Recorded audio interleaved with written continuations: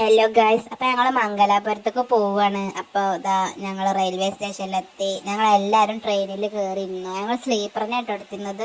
പക്ഷെ ഞങ്ങൾക്ക് എല്ലാവരും വർത്താനം പറഞ്ഞിരിക്കാതെ ചേട്ട് എല്ലാവരും ഒരോടെ തന്നെ കുത്തിരുന്നു. അങ്ങനെ മംഗലാപുരത്ത് എത്തി. ഇത് മംഗലാപുരത്തെ റെയിൽവേ സ്റ്റേഷൻ്റെ ഫോട്ടോ ആണ്. ഞങ്ങൾ അവിടുത്തെ ഉള്ളാളം ദർഗയ്ക്ക് പോയതാ. പിന്നെ ഇതാ മംഗലാപുരത്തെ മാർക്കറ്റാണ് ഗൈസ് ഇത്.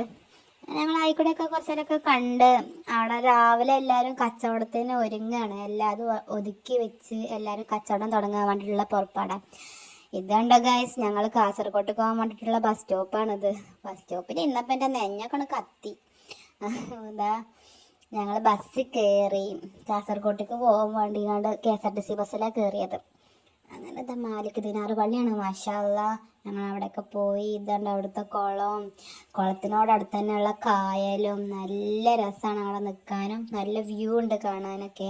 പിന്നെ ഞങ്ങൾ ഹോട്ടലിൽ കയറി കുറച്ച് നേരം കുട്ടികളെ കളിഞ്ചരൊക്കെ കണ്ട് അങ്ങനെ കുത്തിരുന്നു. ഫുഡ് ഇടാൻ എന്തായാലും സമയം പിടിച്ചുവല്ലോ. പിന്നെ ഞങ്ങൾ അപ്പം തന്നെ തിരിച്ചു.